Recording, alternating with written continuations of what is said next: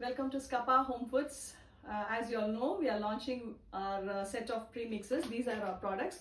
First set of products that we are launching with. எங்களோட products எல்லாத்துலேயுமே நாங்கள் instructions கொடுத்துருக்கோம். பட் ஒரு சிலருக்கு வந்து படித்து செய்கிறது ஈஸியாக இருக்கும், ஒரு சிலருக்கு பார்த்தா பெட்டராக ஃபீல் பண்ணுவாங்க. அதனால நாங்கள் ரெண்டையுமே செஞ்சிடலாம் அப்படின்னு சொல்லிட்டு யூடியூப்பில் வீடியோஸ் அப்லோட் பண்ணுறோம். எங்களோட ப்ராடக்ட்ஸ் எப்படி செய்கிறது அப்படின்னு very easy. It be very short videos, ஏன்னா ரொம்ப easy to prepare. Since it's our first video, let's start with the payasam. Okay, அரிசி பருப்பு பாயசம். அரிசி பருப்பு பாயசம் செய்கிறதுக்கு தேவையான திங்ஸ் என்னென்னு பார்த்துடலாம். ஸ்கப்பா அரிசி பருப்பு பாயசம் ப்ரீமிக்ஸ், தேவையான அளவு தண்ணி, காய்ச்சின பால் அண்ட் முந்திரி பருப்பு நெய்யில் வறுத்து வச்சுருக்கேன். இது ஆப்ஷனல் தான், தேவைன்னா போட்டுக்கலாம். நான் கொஞ்சம் வறுத்து வச்சுருக்கேன், ஜஸ்ட் நல்லாயிருக்கும், டேஸ்ட் நல்லாயிருக்குங்கிறதுக்காக வேண்டான்னு வச்சுருங்க. பாயசம் செய்ய ஸ்டார்ட் பண்ணிடலாம். நான் பேன் அடுப்பில் வச்சுருக்கேன், இன்னும் அடுப்பை பற்ற வைக்கல. பிகாஸ் ஃபஸ்ட்டு நம்ம தண்ணி ஊற்றி பச்சை தண்ணி ஊற்றி மிக்ஸ் பண்ணிக்கணும், அதுக்கப்புறம் தான் நம்ம பற்ற வைக்கணும். நீங்கள் எந்த கப் வேணால் எடுத்துக்கலாம், மெஷரிங் கப் தான் வேணும்ட்டு இல்லை, வீட்டில் இருக்க எந்த கப்னாலும் எடுத்துக்கலாம். அதே கப்பில் தண்ணி பால் எல்லாமே மெஷர் பண்ணிக்கோங்க, அவ்வளோதான்.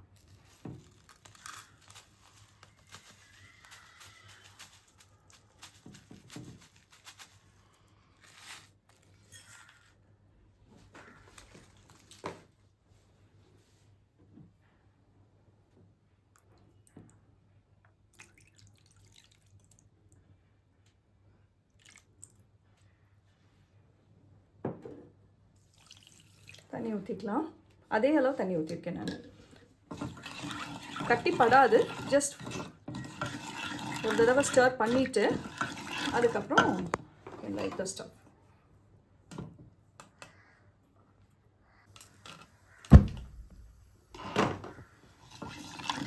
அடுப்பு பற்ற வச்சதுக்கப்புறம் கீப் ஸ்டரிங் கண்டினியூஸ்லி.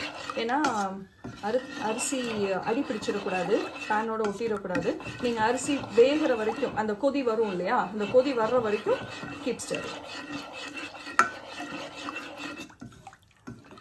ஒரு 1 or 2 minutes, அவ்வளோதான்.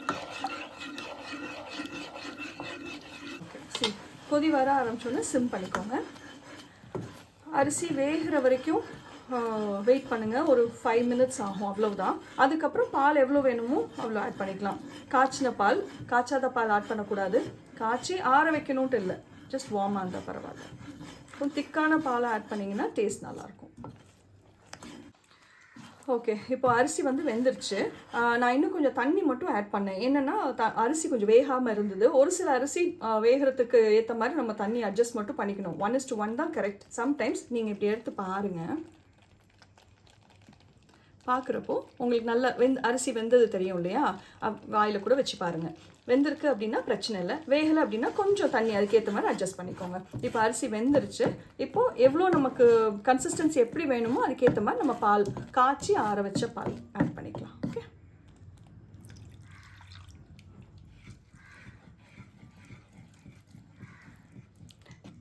எனக்கு பாயசம் பவுலில் போட்டு சாப்பிட்றத விட டம்ளரில் குடிக்கிறது தான் பிடிக்கும். ஸோ நான் கொஞ்சம் பால் எக்ஸ்ட்ரா ஊற்றிக்கிறேன். ஓகே, நீங்கள் எப்படி வேணுமோ அப்படி பண்ணிக்கலாம். அண்ட் இது பாயசம் கொஞ்சம் நேரம் ஆக ஆக உங்களுக்கு கட்டிப்படும், அதுக்கேற்ற மாதிரி நீங்கள் பால் ஆட் பண்ணிக்கோங்க.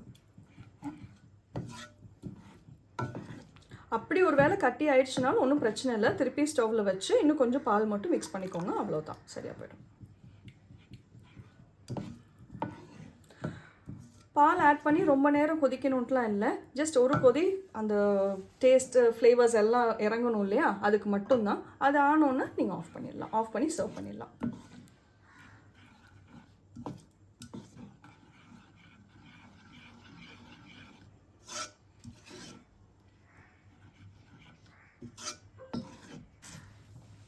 கொதி வந்துருச்சு பார்த்தீங்களா, லைட்டாக கொதி வந்தால் கூட போதும்.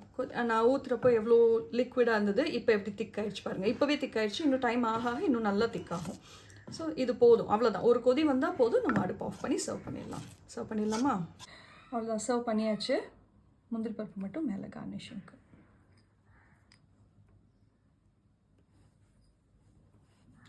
ஓவர். ஸோ பார்த்துருப்பீங்க பாயசம் செய்கிறது எவ்வளோ ஈஸியாக இருந்ததுன்னு அண்ட் எவ்வளோ சீக்கிரத்தில் முடிஞ்சது அப்படின்னும் பார்த்துருப்பீங்க. நீங்கள் நினைக்கலாம் நம்ம கட் பண்ணி போட்டாங்க அப்படின்னு. அப்படி கிடையாது. நார்மலாக அரிசி பருப்பு பாயசம் செய்கிறது வந்து உங்களுக்கு டைம் ஆகும், அடி பிடிச்சிக்கும், விடாமல் கிளறணும், ரொம்ப நேரம் ஆகும். ஆனால் இதில் நீங்கள் செஞ்சீங்கன்னா மேக்ஸ் 7 to 10 minutes நீங்கள் கம்ப்ளீட்டாக முடிச்சிடலாம். உங்களோட special occasions anything you want to celebrate, ஒரு பண்டிகை எதுக்குனாலுமே டக்குன்னு ஒரு கெஸ்ட் வர்றாங்க எதுக்குனாலுமே நீங்கள் அழகாக ஒரு பாயசம் செஞ்சிடலாம். சரிங்களா? அண்ட் வில் கிவ் யூ ஒரு வாட்ஸ்அப் நம்பர், ஸ்க்ரீன்லேயும் தெரியும், கீழே டிஸ்கிரிப்ஷன்லேயும் கொடுத்துருக்கோம். Will give you WhatsApp number for orders. Please contact as. Thank you.